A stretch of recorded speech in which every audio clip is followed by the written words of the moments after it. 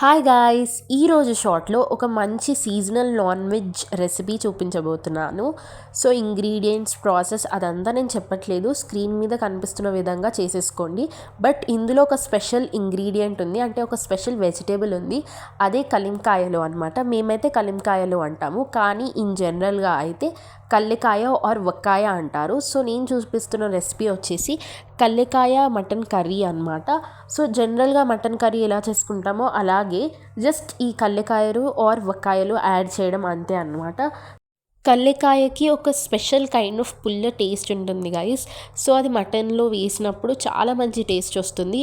దీంతో mutton curry మాత్రమే కాదు, పచ్చడి అండ్ పులుసు కూడా చేస్తారు. మేము మాత్రం మటన్ కర్రీ చేయడం మాత్రమే మా ఇంట్లో నాకు తెలుసు. సో మీరు ఒకసారి డెఫినెట్లీ ట్రై చేయండి, you will love it. Don't forget to subscribe. Thanks for watching. Bye.